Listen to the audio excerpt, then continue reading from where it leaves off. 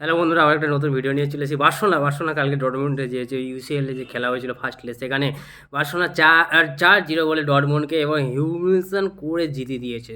সাথে খুব ভালো খেলেছে বার্সেলোনা এবং ডর্টমুন্ডকে পুরো ক্যাম্প নো না, অলিম্পিক বার্সেলোনা যেটা সেকেন্ড স্টেডিয়াম, এখন ক্যাম্প নো নতুন হয়তো তৈরি হচ্ছে, সেখানে হলে তো আরও মারাত্মক লাগতো, কিন্তু বার্সেলোনা সেখান থেকে অন্য একটা স্টেডিয়ামে খে বার্সেলোনা স্টেডিয়ামে খেলে সেখানে ডর্টমুন্ডকে এরকম নিয়ে এসে পেছে দিয়েছে বার্সেলোনা ডর্টমুন্ডকে একদম শেষ করে দিয়ে এবং হিউমিলিয়েশন করেছে। হামসিন লিগের নতুন ইয়াং জেনারেশন বার্সেলোনা যে এইরকম ফর্মে খেলতে পারে সেটা কেউ চিন্তা ভাবনা করতে পারেনি। কালকে রাত থেকে যে খেলা দেখা একটা যে ভালো লেগেছে, এখানে বার্সেলোনা খেলা দেখে খুব ভালো লেগেছে এবং যে রাত জাগার যে মানে যেটা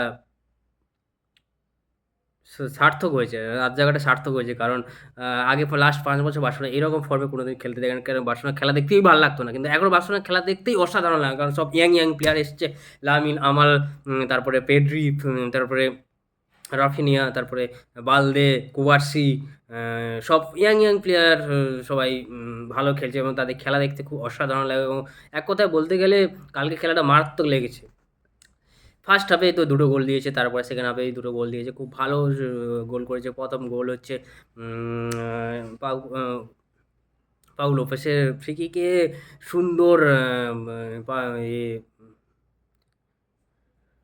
সুন্দর রাফিনিয়া সেই ফিনিশ, অসাধারণ একটা ফিনিশ করেছে এবং খুব ভালো ফিনিশ করেছে এবং লামিন আমালও কালকে সুন্দর হয়েছে। লামিন সেই স্কিল, সেই কারণে পুরো অসাধারণ লেগেছে এবং বলতে গেলে এক কথায় অসাধারণ, মানে ডর্টমুন্ডকে একদম শেষ করে দিয়েছে বলতে গেলে। মানে বার্সেলোনা এই ফর্মে যদি ধরে থাকে বার্সেলোনা লা লিগা, কোপা ডেল রে এবং ইউসিএল জেতা তো কেউ পারবে না এবং চাই বার্সেলোনা জিততে। বার্সেলোনা ছাড়া কোনো কথা হবে না। নো রিয়াল মাদ্রিদ, নো হচ্ছে লিভারপুল, নো একমাত্র Barcelona, no PSG, no Bayern, কোনো কোনো পারবে না বার্সেলোনাকে হারাতে এইরকম খেলতে থাকলে বার্সেলোনা।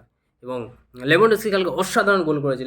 লেভানডস্কির অসাধারণ গোল দুটো, এবং বলতে গেলে হেডে তো অসাধারণ গোল ছিল। রাফিনিয়ার হেড থেকে সেখানে লেভানডস্কি গোল করেছে এবং সুন্দর ছিল। এবং কালকে খেলা পুরো খেলা ডর্টমুন্ডকে পুরো খেলতে দেয়নি একদম। ডর্টমুন্ডকে একদম শেষ করেছে, গুলি করে উড়িয়ে দিয়েছে একদম। বার্সেলোনা কালকে এসে একদম শেষ করে দিয়েছে এবং বার্সেলোনা এই ফর্মে থাকলে ডর্টমুন্ডকে আবার ডর্টমুন্ডের বাড়িতে গিয়ে একদম শেষ করে দিয়ে আসবে এবং চাই বার্সেলোনা এই করে সেমিফাইনাল, যদি কোয়ার্টার ফাইনাল জিতেছে এবং সেমিফাইনালও চাই জিততে। কারণ বার্সেলোনা ছাড়া কোনো কথা হবে না।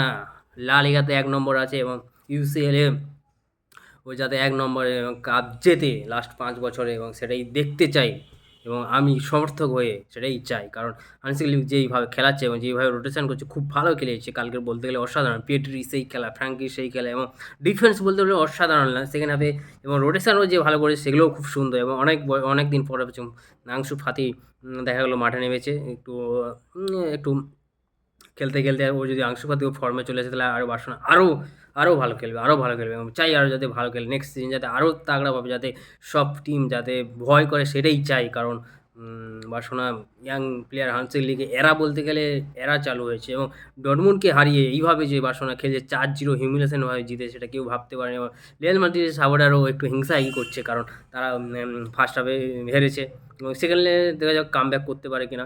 বার্সেলোনা এবং অসাধারণ খেলেছে কালকে বলতে গেলে, অসাধারণ। লামিন ইয়ামালের সেই কাটিং, সেই গোল, তারপরে রাফিনিয়ারও সেই গোল এবং লেভানডস্কি প্রথম হাফে ফার্স্ট হাফে একটু মিস করেছিল, কিন্তু সেকেন্ড হাফে সেই খেলেছে এবং ভালো খেলেছে। এবং তারপরে সেকেন্ড হাফে ডিফেন্স বলতে গেলে অসাধারণ। সেই যিনি অসাধারণ, সে বার্সেলোনার যে প্রবলেম ছিল যে গোল খাওয়ার পিছনে, সেটাই হচ্ছে স্টার স্টেগান আর চলবে না। স্টার স্টেগানকে মাঠ থেকে স্কোয়াড থেকে তাড়াতেই হবে, কারণ স্টার স্টেগান থাকলে আজকে যে সেভগুলো হতো সেগুলোও করতে পারতো না, কারণ গোল খেয়ে আরও ২০২৫ সালে সে যিনি যতগুলো ম্যাচ খেলেছে একটাও ম্যাচ হারেনি এবং এইটাই চাই, এইটাই গোলকিপার। কারণ এখন গোলকিপার যদি ভালো না হয় কোনো ম্যাচ জিততেই পারবে না, কারণ গোলকিপার হচ্ছে আসল টিমে জেতাতে গেলে।